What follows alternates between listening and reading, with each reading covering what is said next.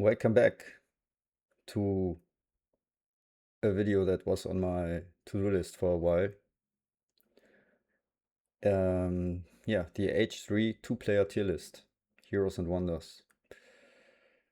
I actually started recording this once, some while ago already.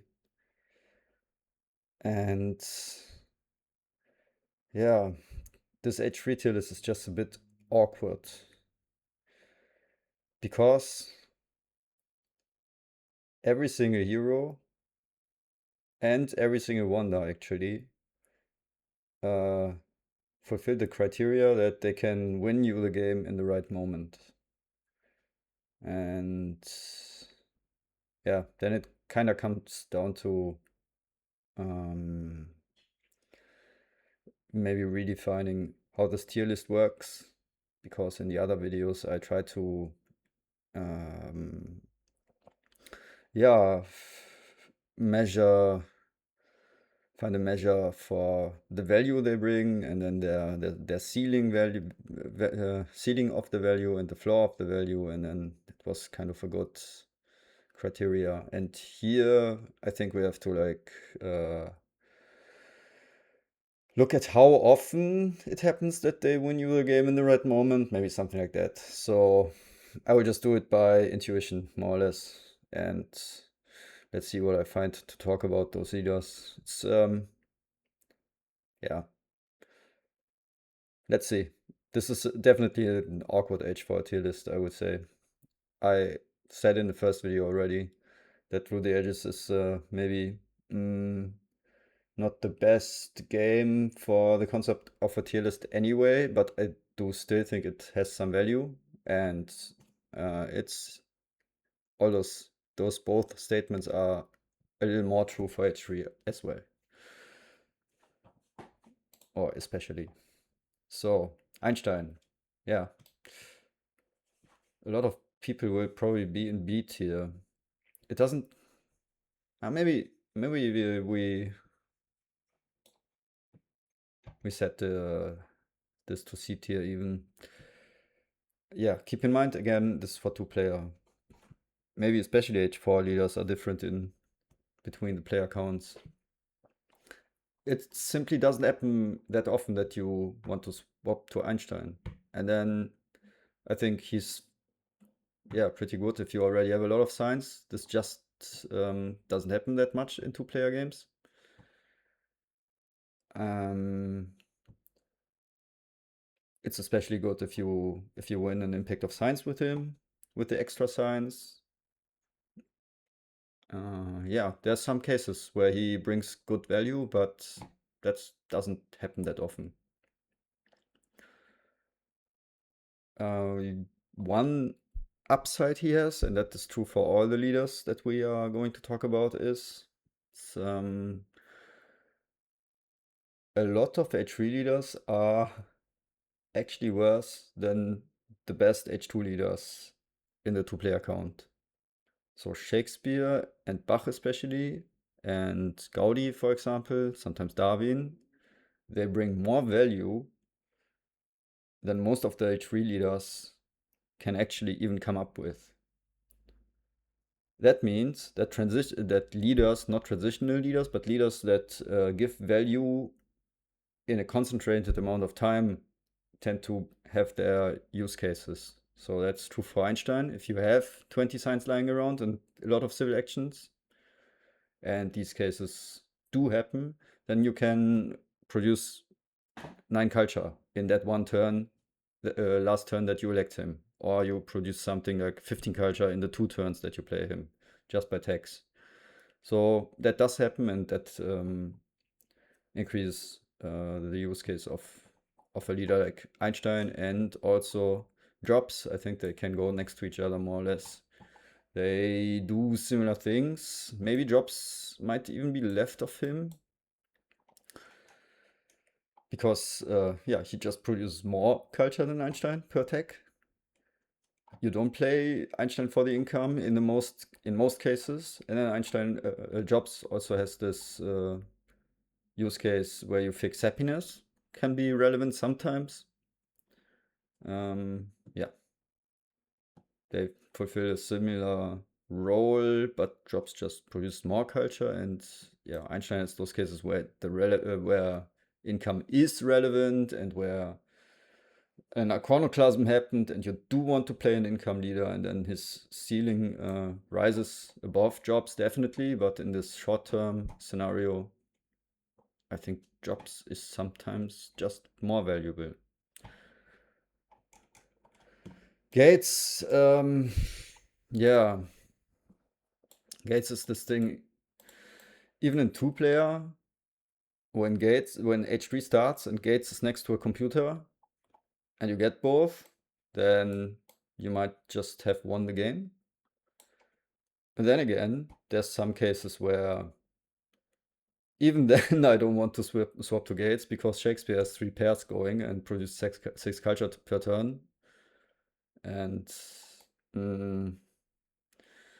also this case just happens very rarely. And then again, the computers, yeah, the meta is just in two-player you want enough signs to do the crucial things, but surplus signs doesn't gain you as much as in 3-player, 4-player games, for the reason that I've mentioned, I think, in other videos, is that there's just less impacts going on.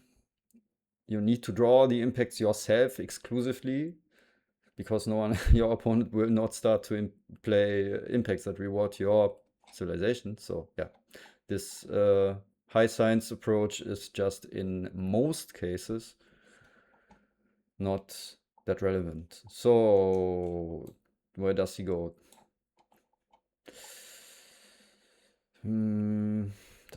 Does he win more games than these guys? I don't know. I don't think so, actually. Yeah, we'll stay with intuition. Chaplin. Of the culture income leaders, so yeah, we come to the topic that it's a lot of times about this culture engine into H3. Sometimes about military,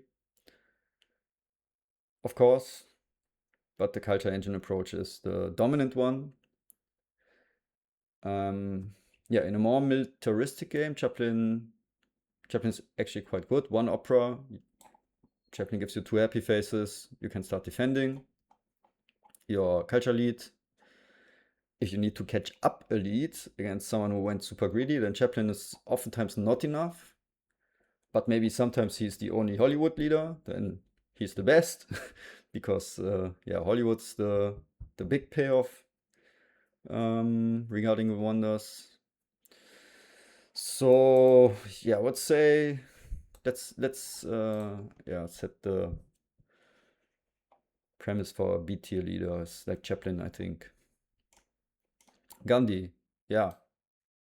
The definition of the situational game winner, where you deny your opponent the war option, and you have to be a little wary with Gandhi. I will also put him in C tier. Just have to be a bit wary with playing Gandhi too early, because sometimes you think that you have a decent enough culture lead, and then you play Gandhi, and then your opponent can go full greed mode.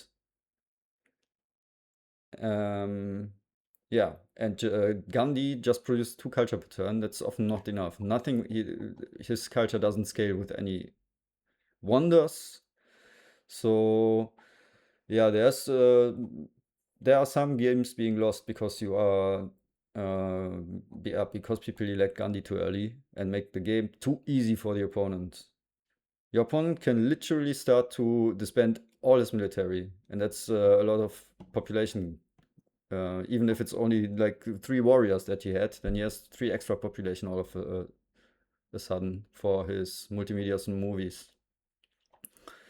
Yeah, but then again, sometimes you did play Shakespeare, the opponent did want to go military all in, and he did not get enough military actions. You could also deny the military theory, and he only has a Republic plus strategy, for example, and then you win the game because you play Gandhi. Yeah.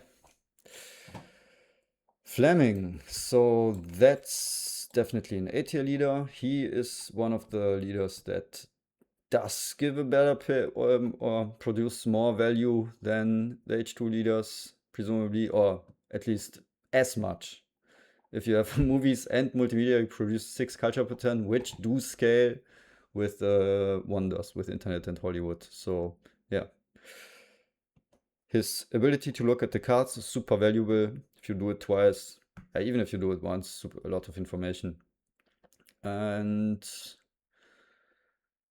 yeah, still not more culture than the ceiling of Shakespeare. For example, Shakespeare can go up to 10 theoretically. For 8 is not even that unrealistic, but he needs less infrastructure. So Fleming, Fleming Hollywood, very solid, very good, wins a lot of games, gives good value, and finds a lot of game states where he belongs. So let's say this is A tier. Curie, maybe a D tier leader actually, because her income value is not strong enough. 3 culture per turn, that doesn't scale with wonders. Or actually, with the internet, yeah. The the strength of the lab scales with the internet, but it's not enough. It's more or less irrelevant.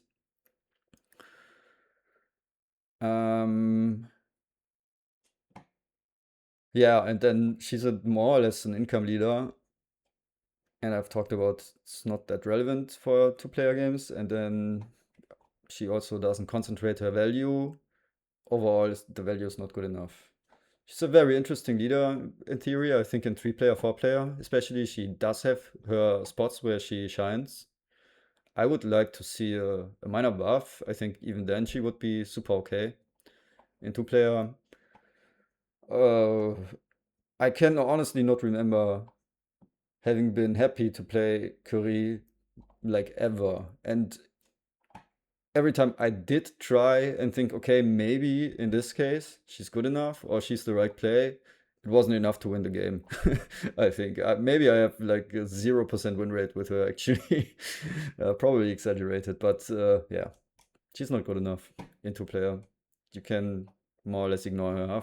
And yeah, maybe even if you had an iconoclasm and she's just there at the start of H2, 3, maybe even in those cases, a lot of game states are like, it's better to wait for another one of those. It's a better bet. It's always about bets and Crudalis, right? So it might even then often be a better bet to wait for someone else. Yeah, Dietrich is an easy S tier for this tier list.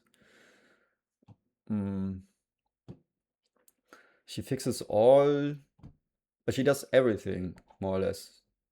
She enables offensive, very efficient offensive wars. She defends very efficiently. She produces culture, fixes all the happy faces. Her culture scales with the Hollywood, and the game setup is just like made for a 2-player right now. If you see that she's in the game, you can just get dramas. They are putting you into a culture lead, and then in A3, Marlene Dietrich drops, and your position is rock solid. So, yeah, all around, it's a bit interesting. When I read her, I thought, doesn't even sound that great because the amount of culture is not that great, right? 1 movies with Chaplin, he gives 4, and here you need like 4 dramas to get the same, or 4, and then upgrading movies becomes super awkward. If you have dramas, then if you upgrade movies, then you lose value from her, and so she does have some downsides theoretically, but in practice, she wins you so many games. This happy face ability is super impactful, and yeah, the military ability is super impactful. If you have a 2-piece tactic like fortification and hussars, all of a sudden you win all the colonies. It feels almost like an oversight to evaluate it like that.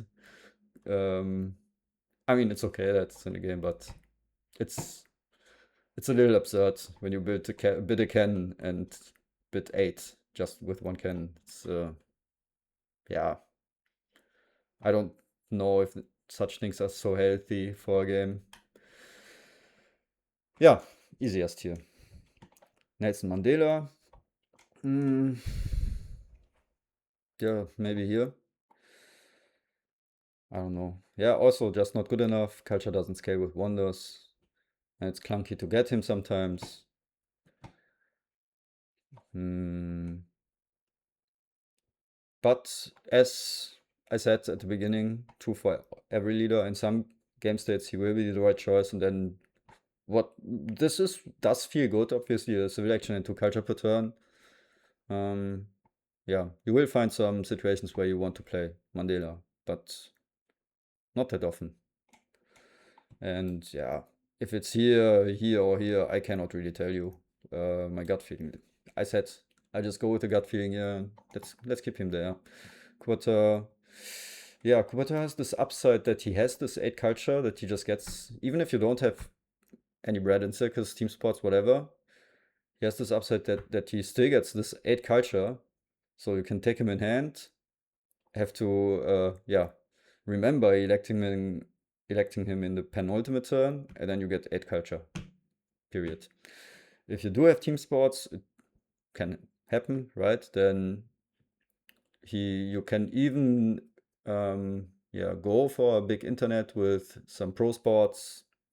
But you can even take the role of having a very good culture income, yeah, with 3 bread and 6 team sports. Arenas is the term, right? With 3 arenas, he already produced 6 culture per turn and skates with the internet. So maybe he's even, yeah, I don't know, just because the meta allows for operas to be built, for dramas to be built. You will not be in the situation that often that you have this infrastructure set up where you get a big arena payoff with Quarter. Yeah, okay, but all the reasons combined is probably still A tier, especially this 8 culture there. And the ability on the 8 culture, the extra ability that it's more costly for the opponent to play an aggression, is also not irrelevant. So, yeah, maybe like this. Sid Meier, yeah, Sid Meier does have some game states where he can fulfill this big culture engine thing.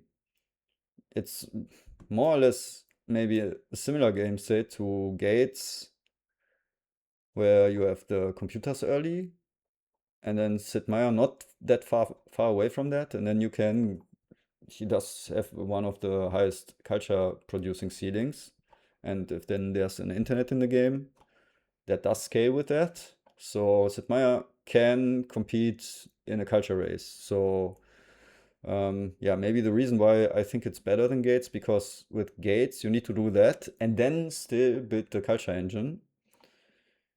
And here you already have then the culture engine. Of course, there will be still some game states where Gates has more value, but sometimes 2-player games seem to be shorter than 3-player, 4-player games on average, and then maybe you often just don't have enough time to do all the things you want to do with Gates. And then there's Churchill, yeah, also maybe even here, to be honest, super rare. Where I think, oh yeah, Churchill, if you need to go for a military all in, and then he's early there in H3, and you, yeah, get the 3 culture, 3 rocks per turn, and that enables you to build what you need to win the game. He won you the game. He fulfills this criteria I talked about at the start of this tier list video, but that just doesn't happen that often. Then yeah, there's the cases where he helps you defend military all in, but sometimes like I don't know, Shakespeare produced you 8 culture per turn, let's stay with 6, but sometimes it's also 8, right? So let's say 6 culture per turn, and then you already need to start calculating if it's better to uh, yeah, use these extra rocks from Churchill or just keep Shakespeare for 4 turns and have 24 extra culture. Does he give you those 12 strength? Probably. Maybe. I don't know. But maybe it's close sometimes. So yeah.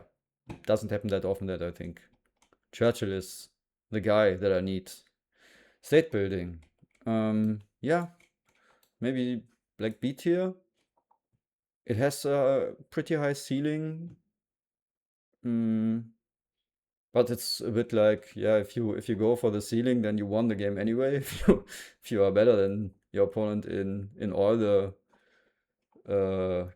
categories, chances are you already are in the winning game state anyway. So realistically, it's something like a 21 culture wonder maybe, or you cheese.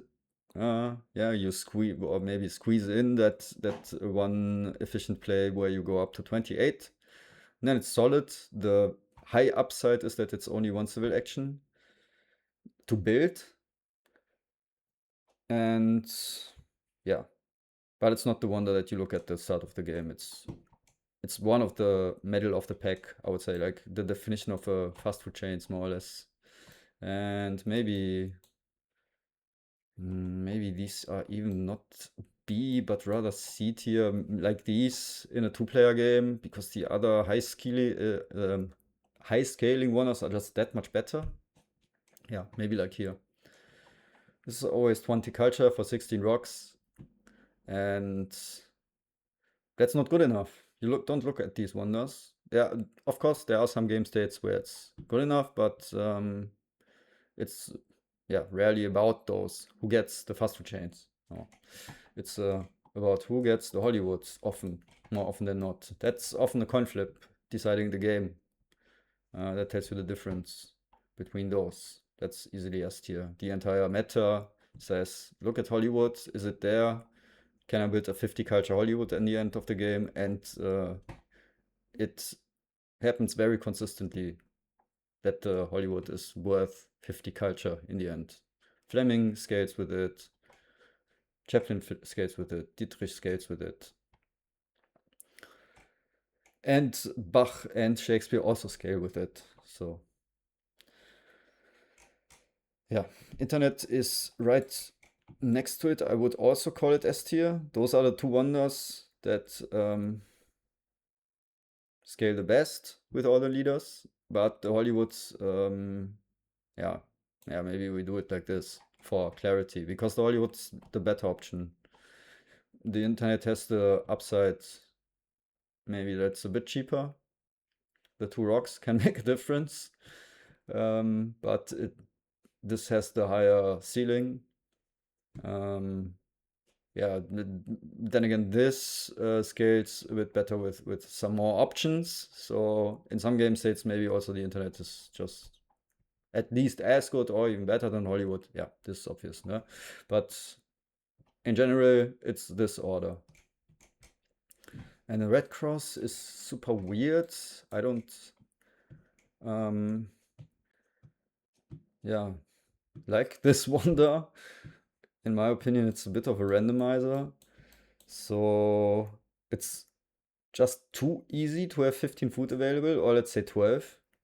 You have like one H3 reserves and some food lying around, going to, yeah. And then there's prosperity and whatnot, some colonies. It's just too easy to almost build this wonder. And then it's so random if it's in a time slot where you just get the full benefit of it.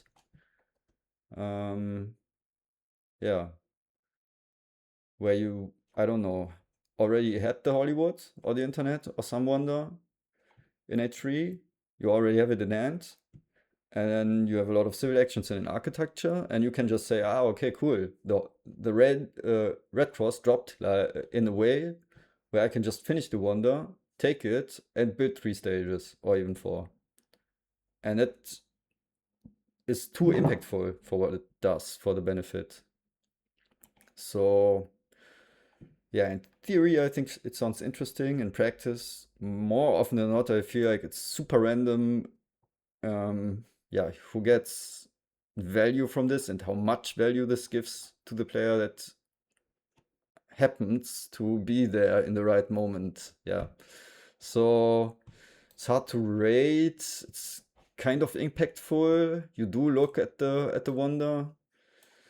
Um, it is also important to enable it.